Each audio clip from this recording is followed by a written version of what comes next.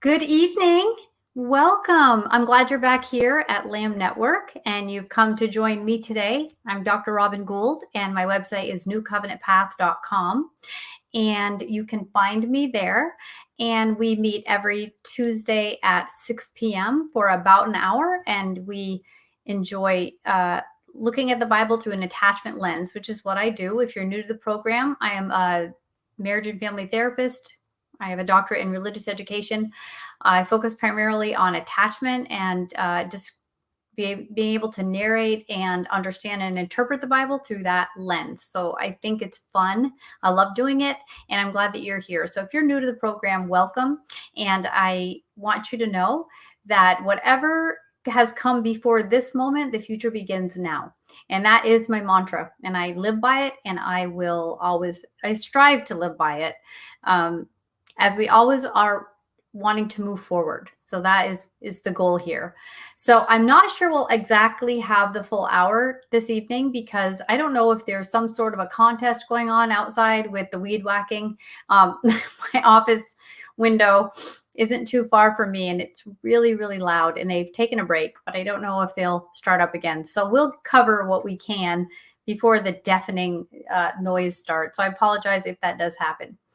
Anyway, but let's get started. What we have been doing is we have been working through the portions. And what I'm doing is there's so much to the portion, obviously, I just try to draw out a couple of things that we want to talk about. Now, if you're new, maybe you're a Christian just learning about the Torah or just someone sort of introducing you, I tend to be the cold call invitation person. So that's kind of how I operate best. I think that's my target audience is oftentimes really new people because I tend to have a non-threatening approach that's, I think, probably more geared toward newer interested people.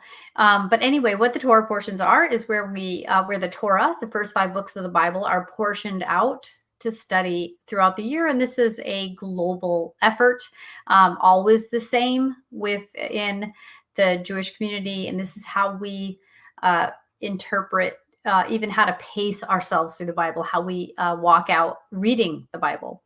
And for being a Messianic believer, of course, there's the Haftorah, which is the prophets, and we actually also have the Brit Hadashah, the New Testament, and we portion that out as well. So we add that in here. So what I want to do today is maybe just tease out a couple things in each little segment there and talk about it. So let's just get started. So I do have a ring light because it really helps with the viewing, but I have this. See it? I hate doing that to you. If you're new, everybody gets sick of me telling them about the ring light because it doesn't really bother anyone but me. I don't think that's true though. I think people are just being nice. But today's Torah portion is, so the Torah portion is Deuteronomy chapter 11, verses 26 through to Deuteronomy chapter 16, verse 17. We're obviously not going to read that whole thing. We wouldn't even have time. Isaiah 55, 1 through 5, and the Brit Hadashah would be John 35 through John 6, 35 through 51. So I'm going to just go through, take a few things out of that. So why don't we just get started and look at what I think would be good for us today. Okay, let's start with the Torah. And let's go to the Torah and let's see. I want to read 12. Let's see, actually 26. This is Deuteronomy 11, verse 26. And you have probably heard this before, and that's fine if you have. We're going to talk about it anyway. Let's get there. Okay, do you see? Here we are, right there, verse 26.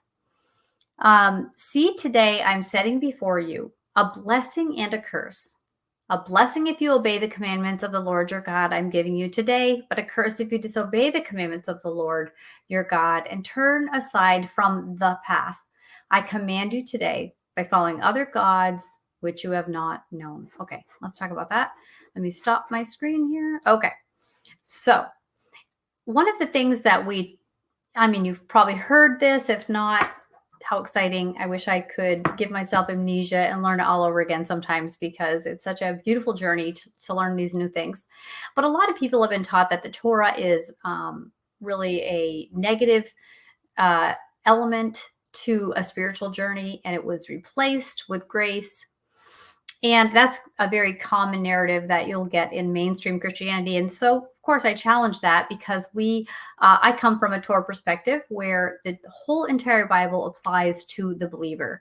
And what I would like to say from an attachment perspective is that when we talk about, that's called dispensationalism, where there would be the belief that different dispensations of time rendered saliency to different segments of the Bible.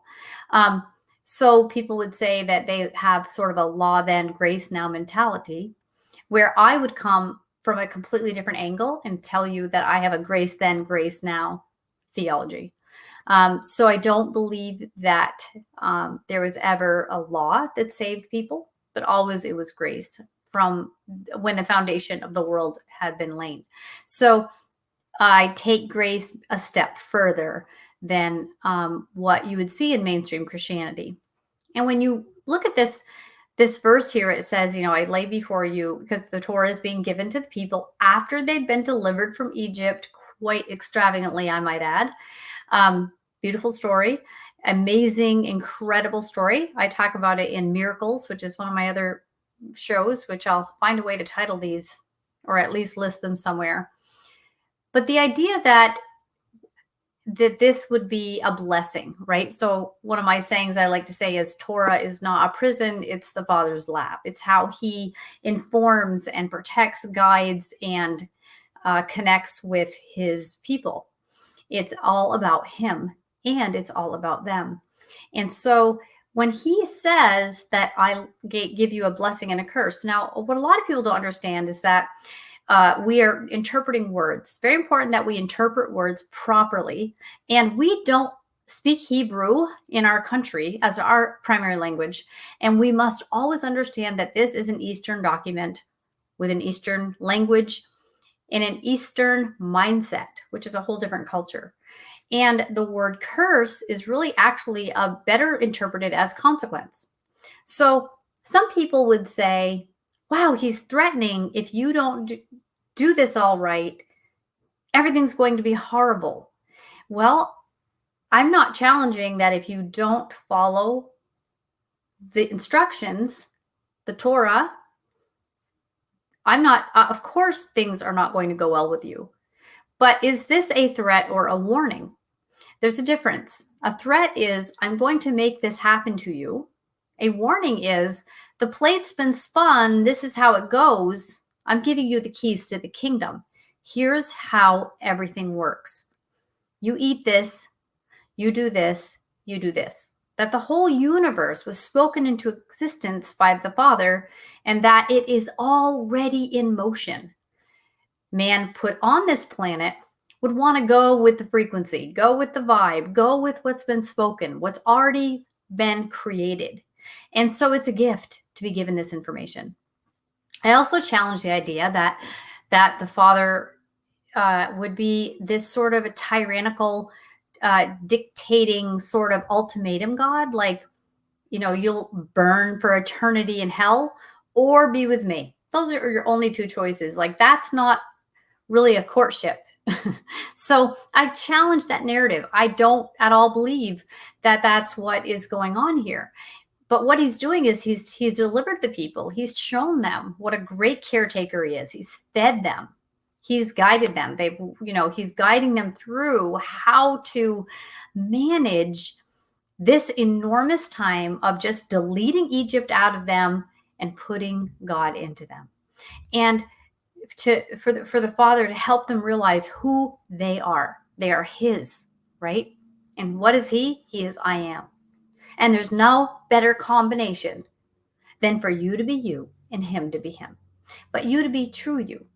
So here he is telling his people, this is how this universe works. This is how this planet works. I've created this planet. And these are the laws. So it's a warning that This is the way it operates. So, like a parent telling a child, you hold my hand when we cross the street, or you might get hit by a car. Now, that doesn't mean if the child isn't holding the parent's hand and the parent sees that, they're going to call up and make sure a truck goes by and smashes their child.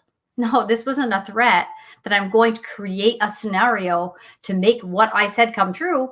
What he said is already true, that you need to hold my hand. I'm your safe place, because there are dangers out there.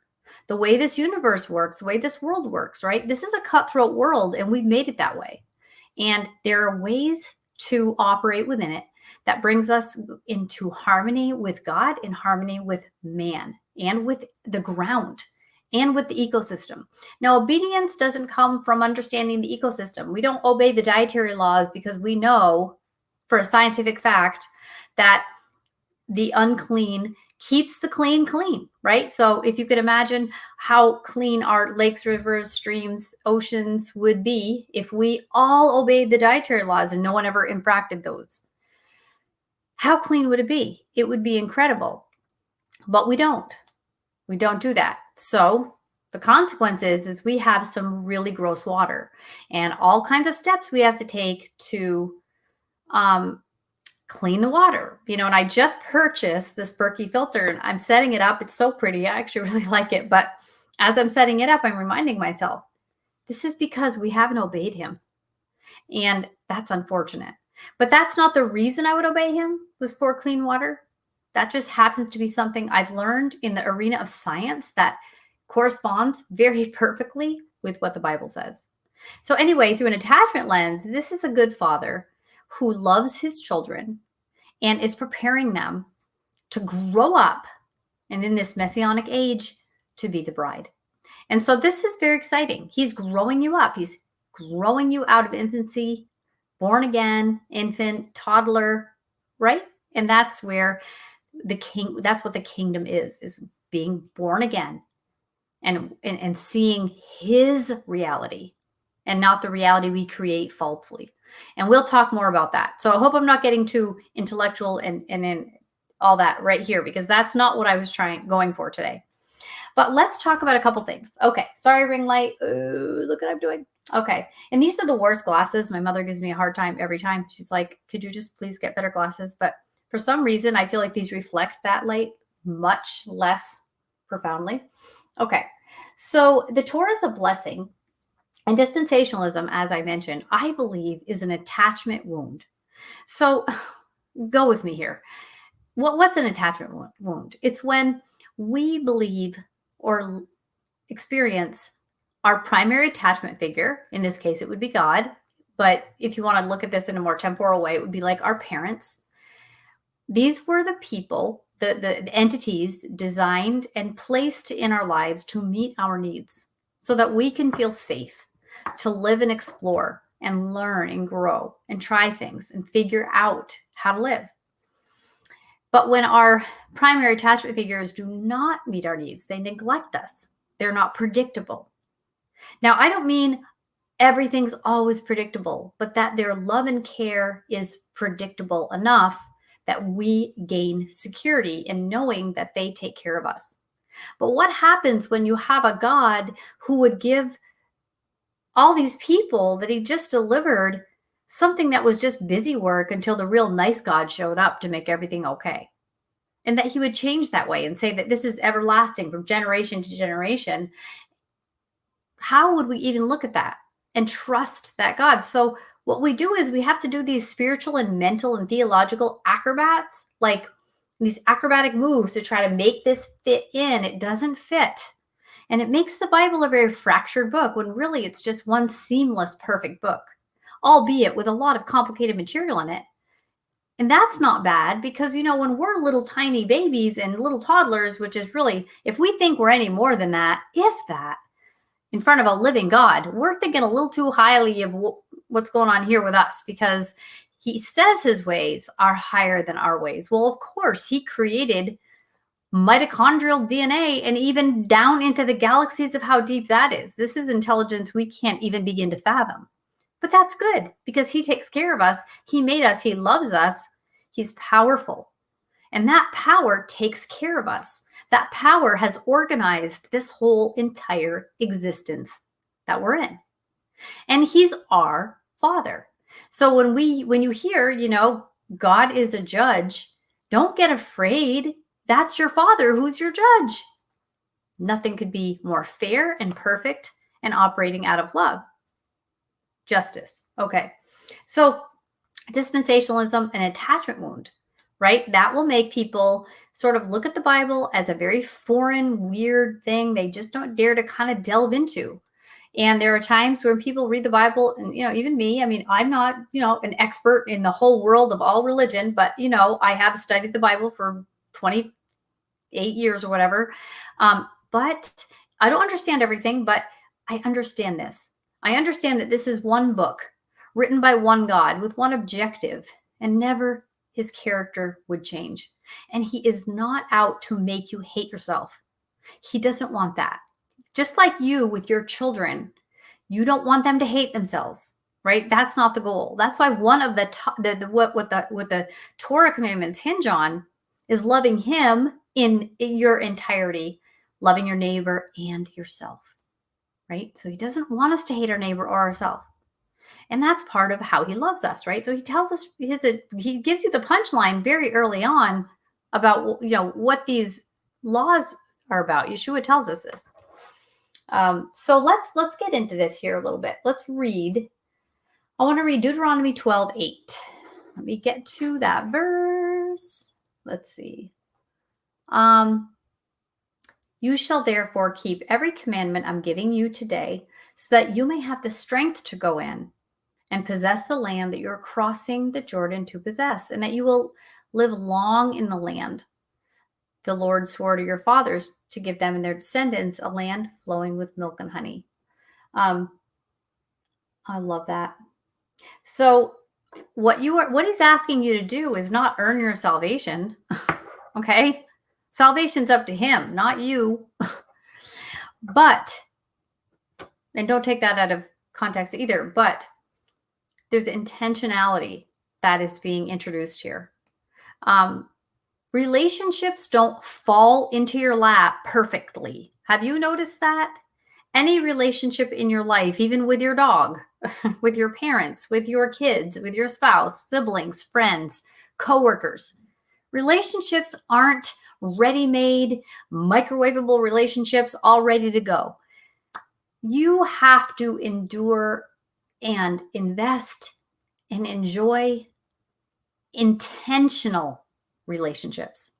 Now, we have acquaintances that we run into. There's no intentionality there, but we're intentionally nice and pleasant, right? Intentionality is so important in our relationships. And the Father is demonstrating this. He's intentional. He intentionally sought after and pursued these people, his people. Anybody who wanted him was his people, right? And they followed through extravagant rescue. And the Father was intentional in everything he did. He was intentional as they wandered in this desert, just intentional that he provided for them. And that is not a burden for him, because it's like we give birth to children that we love, and there's an aspect of physical burden because I'm tired and the baby's crying, whatever. But the intentionality is that I am, of course, going to meet my child's needs. I am, of course, going to pursue their safety, their comfort, their well-being, so that I can raise them up to be what they need to be and to walk into their destiny. Well, the Father invests in us. He invests in you. And you know what? He is asking you to invest in him. Now, that's exciting that a living God, the creator of this universe, asks for you to invest in the relationship. I can't think of anything more exciting in the entire world than investing in that relationship. And he asks you to invest. And he wants you to trust that this is the way. The way he gives you to live is the way to live. And you just trust that. And that is in part of our other segments of what was portioned out to us that we're going to cover. Let me see if I'm going to keep on this.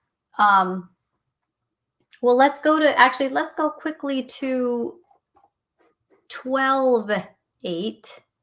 Deuteronomy 12:8. Let me read that one. Okay, so here we are with intentionality. Okay, you are not to do as we are doing here today, where everyone does what seems right in their own eyes. For you have not yet come to the resting place and the inheritance that the Lord is giving you. All right, wow. Aren't all relationships like that?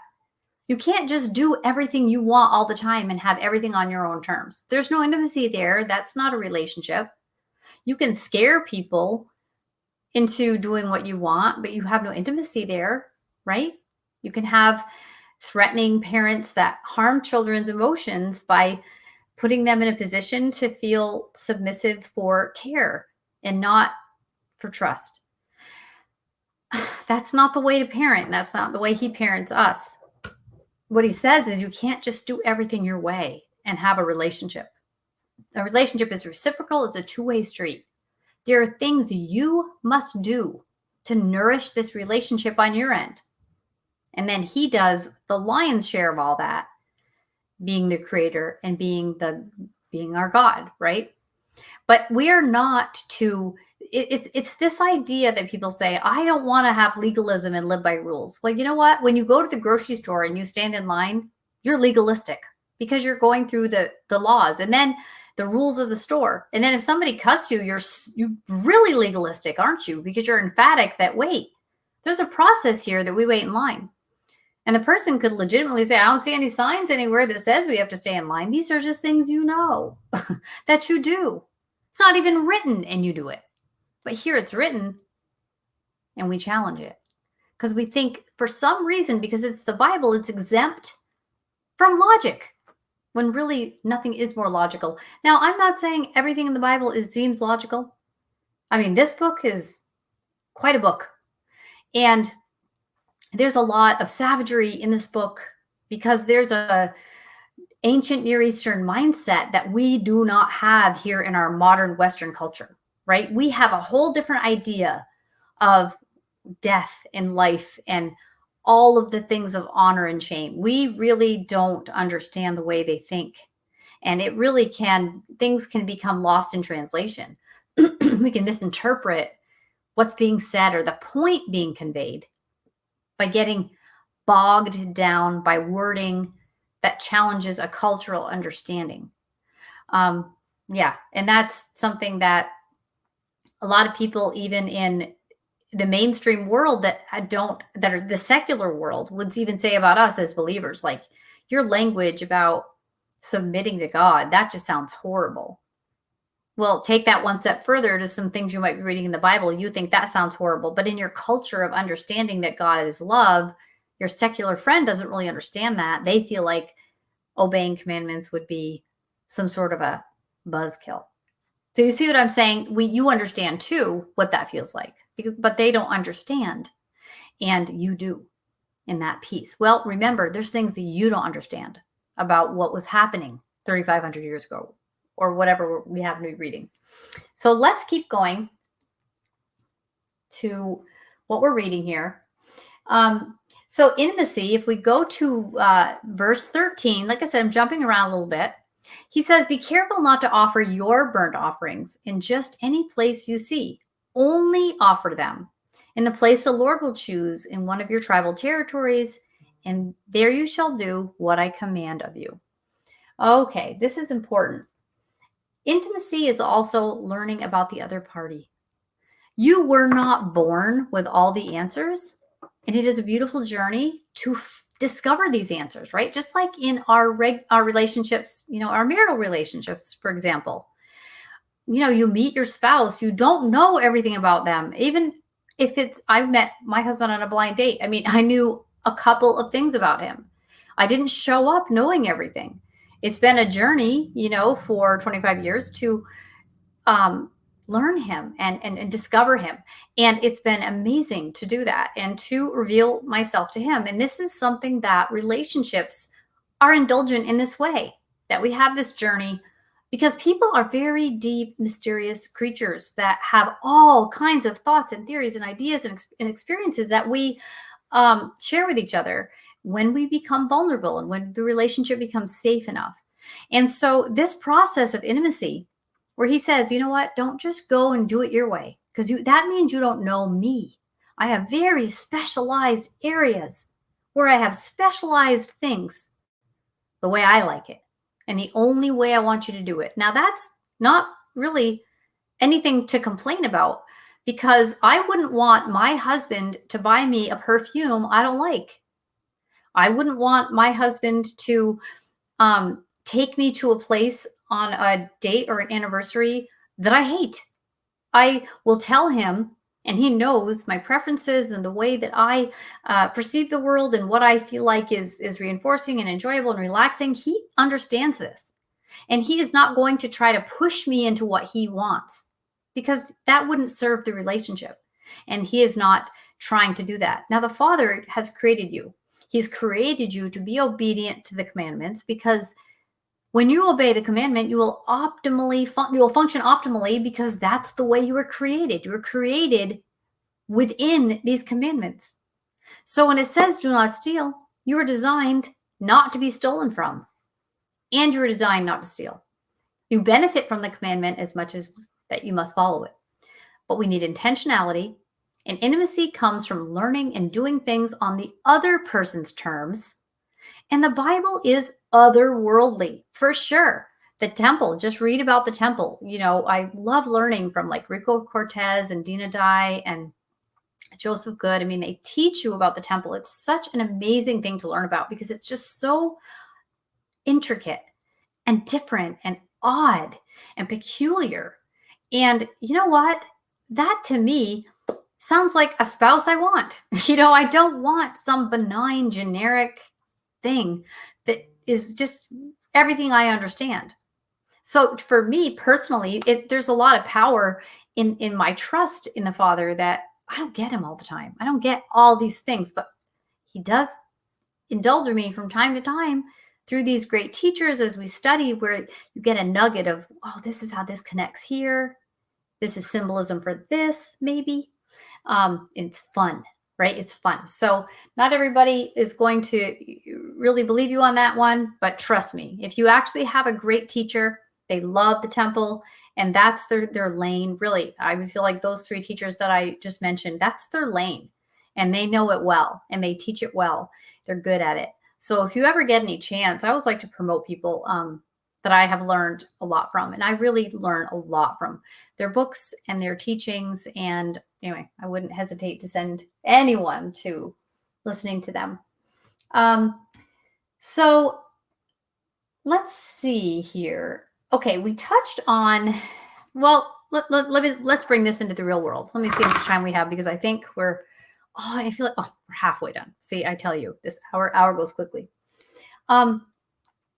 Let's bring this into what's happening now. We are definitely in a unique time of life, right? We're in a unique time with this global pandemic, where literally the entire planet has been affected by something. And it's extremely novel to us. I mean, I'm not saying there weren't global things in the past, but this is the only global thing I've experienced that has been to this level, where, you know, you're quarantined at home and having all of these super high, tense, charged debates about how to function as whatever's happening is happening. Oh, my goodness. But I come across a lot of teachings where they talk about, like, you are going to know, so much about yourself with how you're handling this, right? That this is a way to reveal things. So I agree with that to the extent that when novel things happen, I mean, like, I always am under the belief that if you're going to marry somebody, see them through a few things, like see how they are with their family, see how they are through holidays, see how they act when they don't feel well, see whatever, right? Just get the information you need to the best of your ability. We can't get 100% intel on anyone, but we can try, right? We can try. But I don't want you to be afraid of those sorts of teachings and sermons, because here's the thing. How are you functioning during this quarantine? How am I functioning? I don't want you to be terrified at that question, because it causes you to do inventory that might not delight you. I want you to get out of that mindset. The Father doesn't lead you into information about you to hate yourself. He seeks to cover you with his love and uncover, or maybe a better word, he doesn't uncover you. Peel away all the false things, right? Because his goal, personally, my entire belief is that his goal is to restore you to that original human being he made you to be. The human being, I call it your garden self, your true self. The self, the part of the you that doesn't need to pretend 1,000 things, that doesn't need to posture and impress and manipulate and scheme, but just that I'm here, you're here, we love each other, here's who I am. This is my favorite ice cream. This is my opinion on different things. This is how I see it. This is how I draw. Whatever. Hundreds of things that make thousands of things that make up people. So if you hear people talking about this can be a revealing process, it's not, I believe it's not the Father revealing this to shame you, but to restore you. There's no shame as the goal, though sometimes we will feel shame for things that we've done or things like that. That's hard, right? But the Father is always there to cover and repair because he is the God of the restoration of all things. And what would he love more is to restore you. He takes care of the sparrow. How much more will he take care of you? So taking care of you means restoring you. He knows that you are in a jaded, cutthroat world, struggling to get through the day. And sometimes those days are amazing, and sometimes you can barely believe you're going through something this hard. There's a spectrum that we experience life. And on this spectrum, you're going to have a range of reactions because you're human. You're not perfect. So how are you functioning? Okay, different people feel differently about this quarantine. You have more introverted people like myself. I do better than some people, though I am a little stir crazy at this point, I will admit. What are you reading? What are you doing? Do you know that this is not to shame you? If you're not constantly reading the Bible, I'm not judging. What I'm trying to say is whatever the Father is revealing to you is not going to come from a hateful voice of self-hate. That is never going to be the voice of the Father. He will not restore you through hate. Okay? Hate doesn't restore anything. Hate is the part that needs to be removed so that we can be restored. It's not a tool of God for you. So if you're functioning in ways that you're not completely proud of, the Father will restore that. The future begins now. The Father will help you. And you might be doing better than you think too. The goal is not to hate yourself. But in mainstream religious systems, we've been taught that to the detriment of the church. And you see this manifesting in all of these things that we believe about the way the Father operates.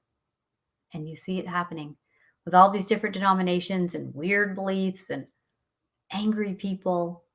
You see that happening. This is all about the wounds. So anyway, how are you functioning? I'm asking that. That's what my third or fourth time asking you. And I want each time I ask you, I want your heart rate to go down just a little bit. I don't want you to be terrified to answer that question. I want you to be able to answer it honestly and say, I am not doing my best, or I am doing my best, which doesn't seem like I'm performing great, or I feel great. I don't know what your answer is. But when we're in a novel phase of existence for us, we're not totally trained for this. So intimacy would be the Father says, how are you handling this? And you could say, I'm going to tell you the truth because I know you're going to help me or be with me or whatever you need. Okay, let's move on because we're almost out of time. You see? Yeah, we're just going to be rushing through now. Okay, now let's go. Let's see. When the Father says, fear not, he is not giving you this aggressive command and shaming you if you're afraid. What he's saying is, don't be afraid, my child. I'm here. I've got this. It's comfort, not comparison. Okay. Let's go into Isaiah. Okay, let me pull this up. Okay. Isaiah 55. Come, all you who are thirsty, come to the waters. And you without money, come buy and eat. Come buy wine and milk, without money and without cost. Why spend money on that which is not bread, and your labor on that which does not satisfy? Listen carefully to me and eat what is good, and your soul will delight in the richest of foods. Incline your ear and come to me. Listen, so that your soul may live.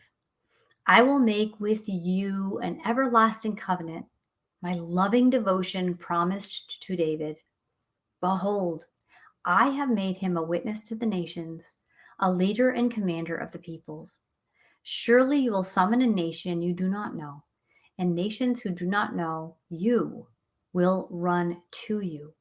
For the Lord your God, the Holy One of Israel, has bestowed glory on you. Man, that's amazing. Look at all of the different things here. What are the points I want to make? We could talk about this one forever. But I love this. Come all you who are thirsty, and you come to the waters. And he says, without even money, come and I'm going to meet your needs. You don't have to earn it. And he says, buy wine and milk. Things that we make, things that animals make, without money and without cost. And then he talks about, why spend money on that which is not bread, and your labor on things that don't satisfy you? Listen carefully to me and eat what is good. So it's interesting. To me, this just screams of fulfillment, right? What is more fulfilling than having an intimate relationship that you trust and run to and enjoy? What is better than a wonderful marriage? And as a marriage therapist, I will say, nothing's probably worse relationally than a bad marriage, and nothing better than a good one.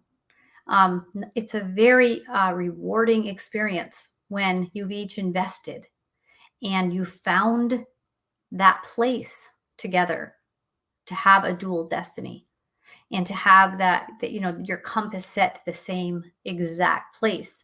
Doesn't mean you get there exactly the same way, but you are heading in the same direction. And I think that this harkens back to that, about what's satisfying to you. And this is another reminder. We're not put on this earth to hate ourselves and never enjoy anything, right? So, the Father is invented grapes, and he is so proud of grapes, right? He's proud of everything he made. Why wouldn't he be? Do you know how complicated just a grape is? And how amazing a seed is?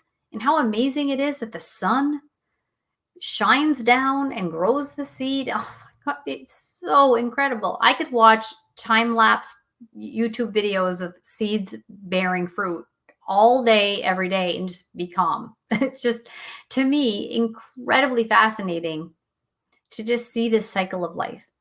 And so here he's telling you, this to me was just, I love this. It's so comforting. It's like people are going to come to you because they see how safe I am through you.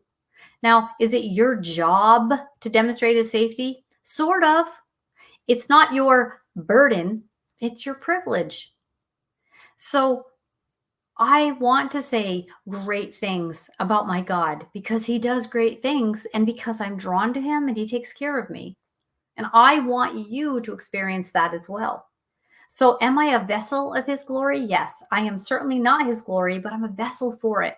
I'm, a conduit, so it can flow through me, and it can hit you and just get you to be, that glory can just draw you in, make you thirsty for that water, right? For that water that he provides, and come and live that abundant life, that life that's fulfilling. It's exciting. I love that. Oh, I just love, I'm always emotional whenever I read that. And today is no different. Okay, let's get here. Let me get to John because we're going to run out of time here. I wanted to cover John 6:47. Okay, this is going to get a little controversial. You know what? Can't be helped. Can't be helped. Okay. I want to tell you something. So here what we have, and the portion is from 35 to 51.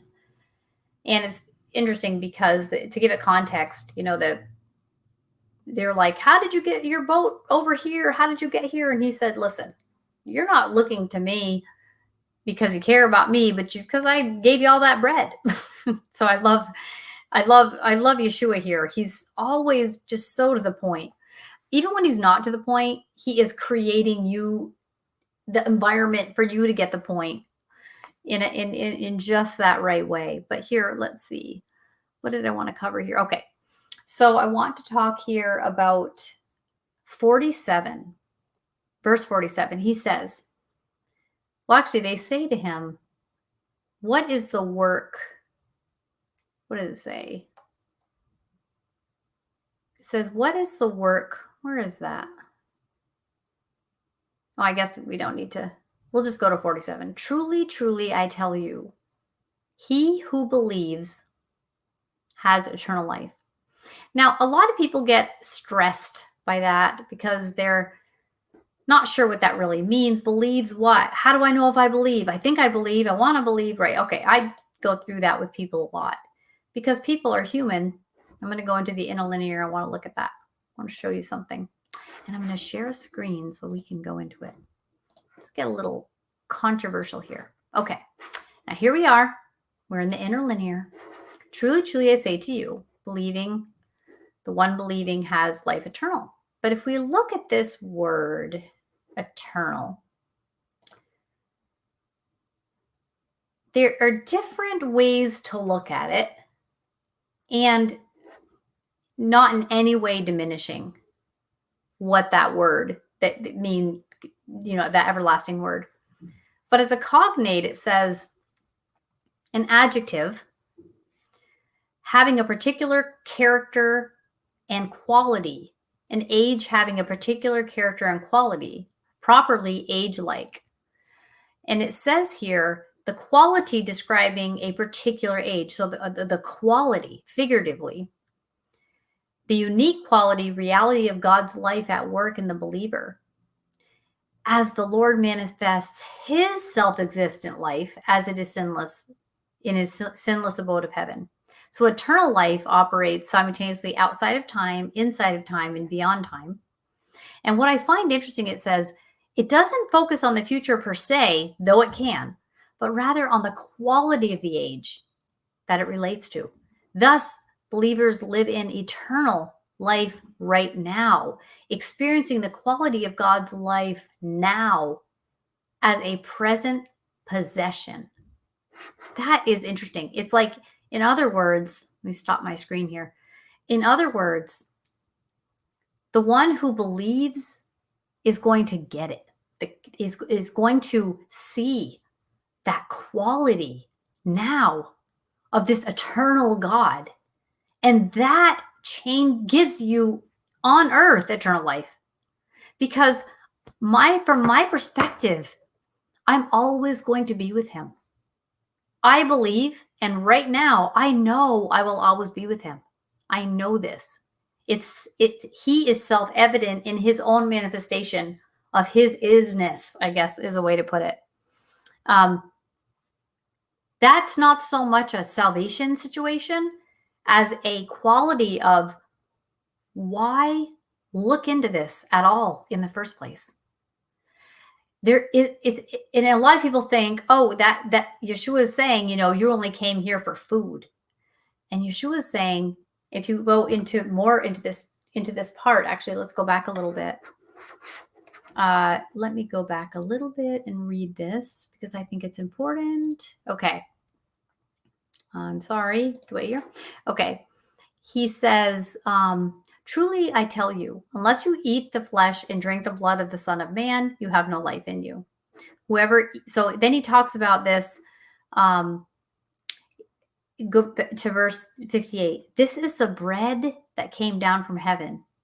I am the manna, he's saying. Unlike your fathers who ate manna and died, the one who eats this bread will live forever. So he's talking about the quality of him, and what eternity is something we possess now. And I mean, that's intimacy. I've shared eternity with you. I've brought you into my eternal existence. I'm sharing with you. I'm with you. I think that's beautiful. And a lot of people don't see it that way. And this doesn't negate eternity in its more obvious form. But when you read this as a cognate and you actually study that word, it actually goes even deeper into the now as well, which I think is really exciting. And I think that we don't want to miss that. And the word there for believes, whatever form it was in, pistos is faith. But really that word actually is trust. The basis of all attachment, the basis of all intimacy is trust. We are intimate with friends, family.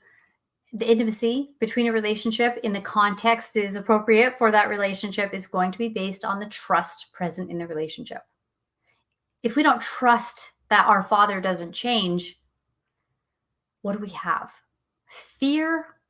That's where legalism comes in. And that's where the false self begins.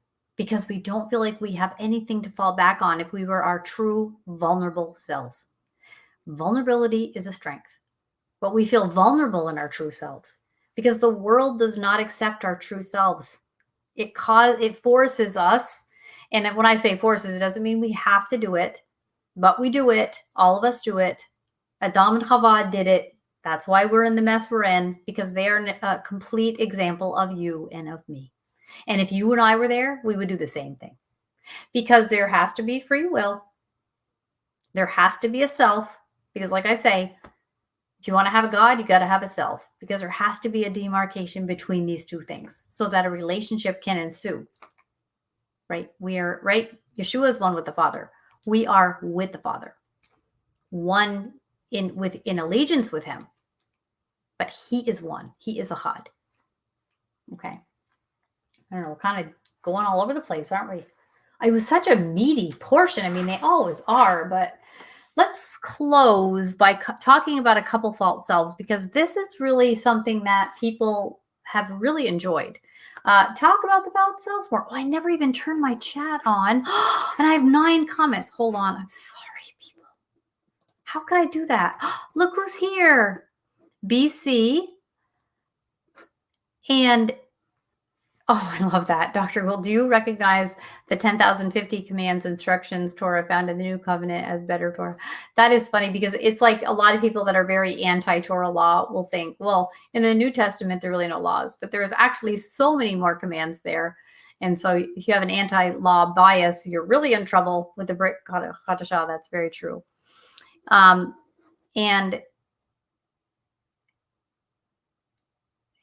Yes, exactly. The New Covenant does always tell you that we will always hear and obey. Amen. I agree with you. And Marie, hi, Marie. And Marie says he gives his unconditional love to you always. He certainly does, Marie, and we enjoy that. Amen.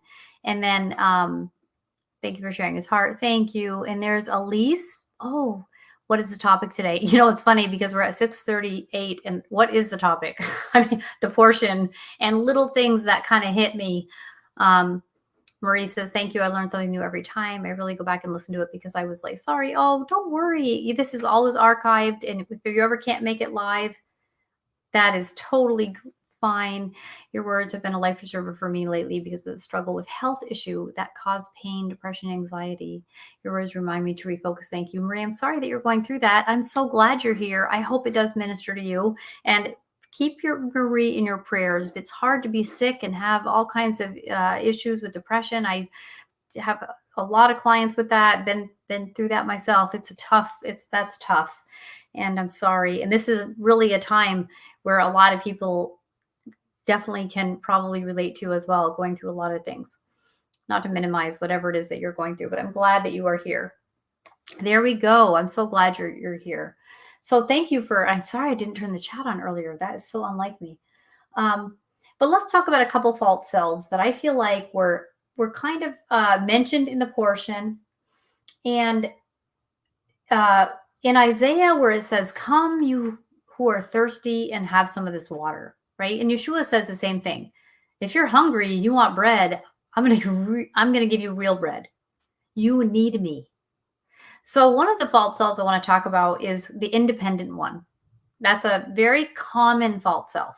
So for new people, the false self would be the things that we do to cover our brokenness as we walk through a dangerous and wounded planet, and we succumb to its devices, right? It's vices and devices, right? We succumb to it, and we try to be like God and cover up our wounds by being bossy or being controlling or numbing ourselves or whatever we do. We all have our own people pleasing ways or controlling ways or judgmental ways or whatever. So the false self, there's a whole bunch of different false selves, and they're based on emotions we're covering up and fears that we have, usually of being unworthy or just not feeling like we're worth anything.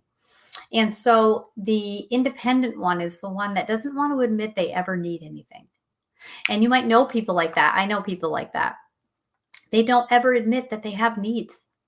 And you know that that's a false self because everybody has needs, but the independent one doesn't want to admit that they don't have everything all set because they don't want to be vulnerable. And the independent one can come across as very arrogant, very haughty, and really deep down, there's, I can't let you know I have needs because it might make me look weak. So I'm going to cover that up. So the independent one is a very common false self. Another false self, and some of these false selves are very like sneaky and deceiving, because here's Hava wanting to be like God, right? You would think, well, isn't that good to try to be like God? Well, no, not in a system where he made you a human and he's the big G God. He doesn't want you to be his competition. He wants intimacy with you. He wants to get to know you the way he made you, and to see all the things you're going to say back to him, and to enjoy you and delight in you. So some of the false selves are very sneaky, like the good girl or the religious one, but this one is the testifier. Okay, so this is something that might happen and kind of emerge from more charismatic groups. And I'm not trying to put anything down, but what I want to do is let's refocus here to the true self of a testimony.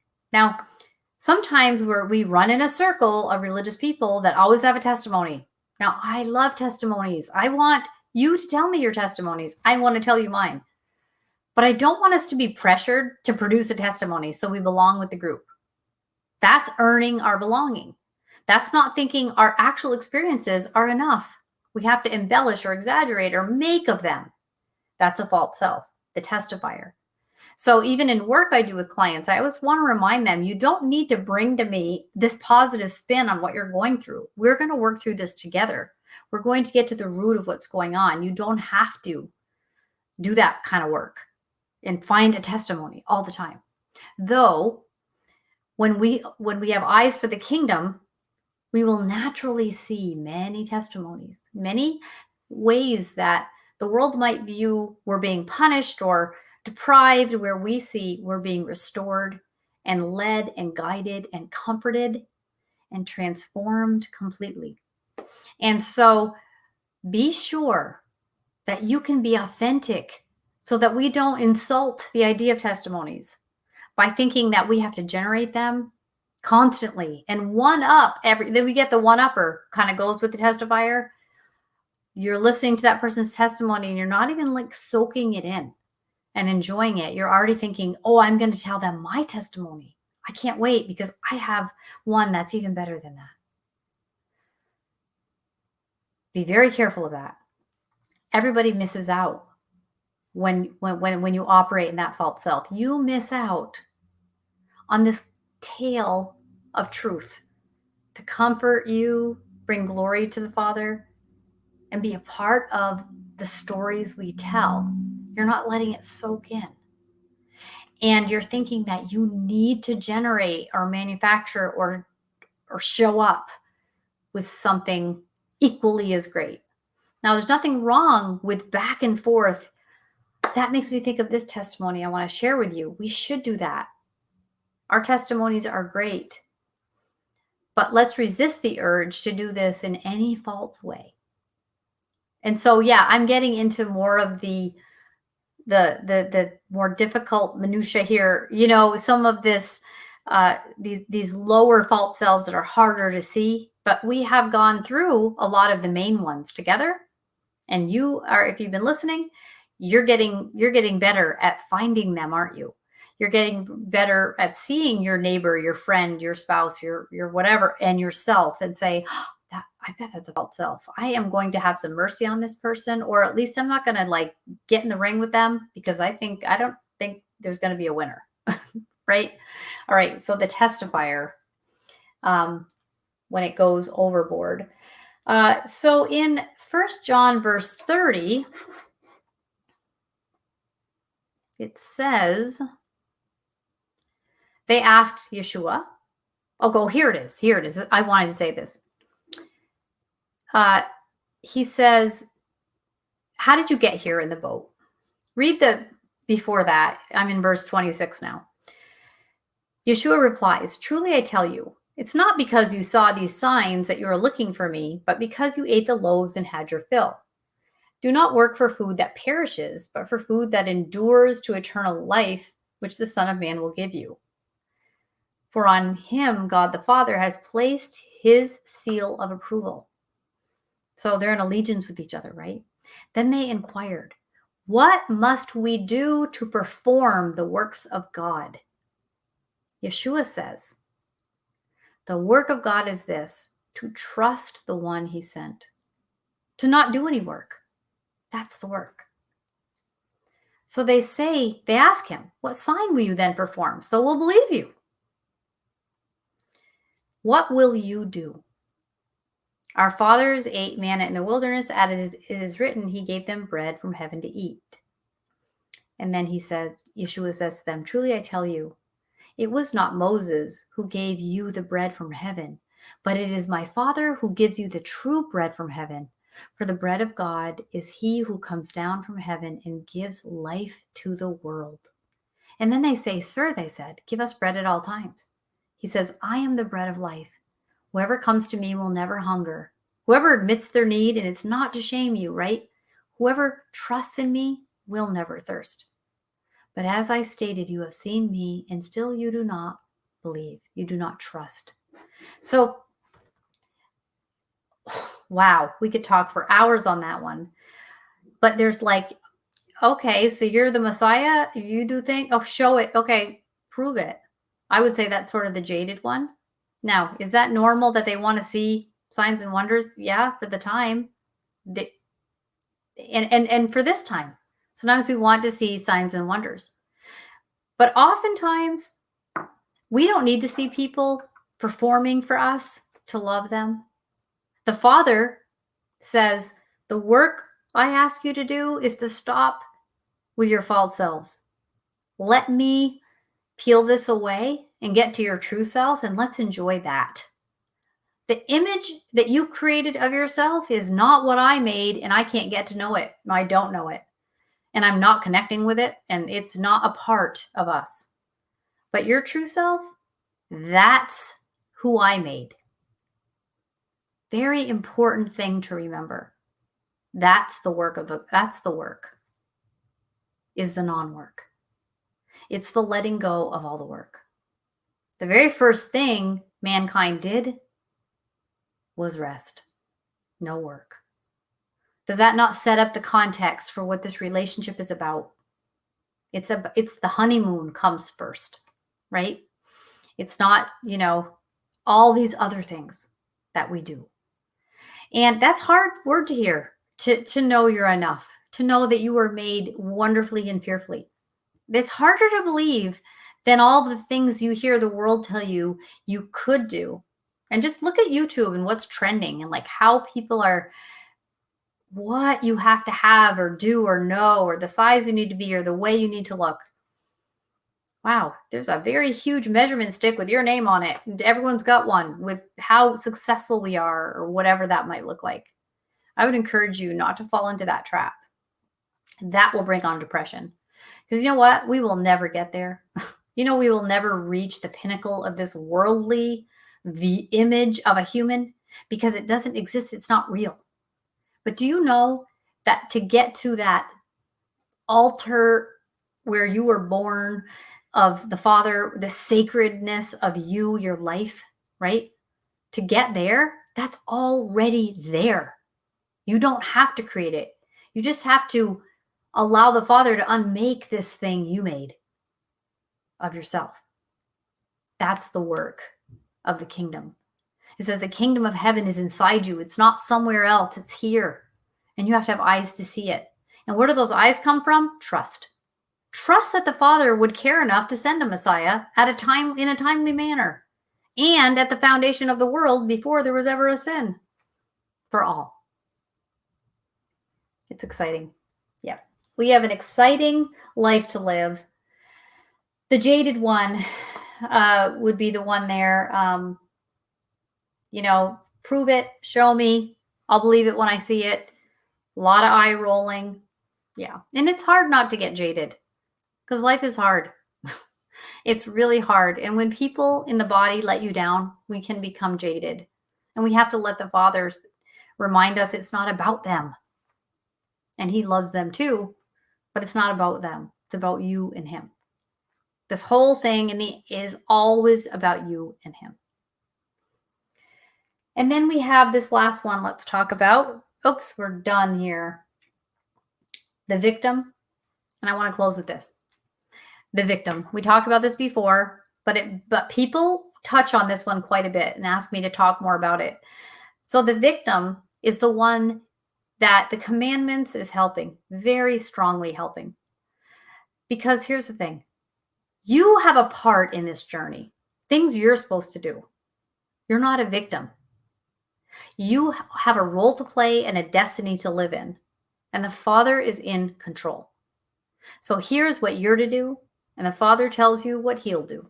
You're not a victim. You're a part of the process. And the process is what He's delighting in. And this is a big, drawn out process. And He's enduring, and He's steadfast, and He is changing. And the earth is His footstool, but He lets it go until all His stuff is finished. Right? But you aren't finished yet. You're still getting unraveled.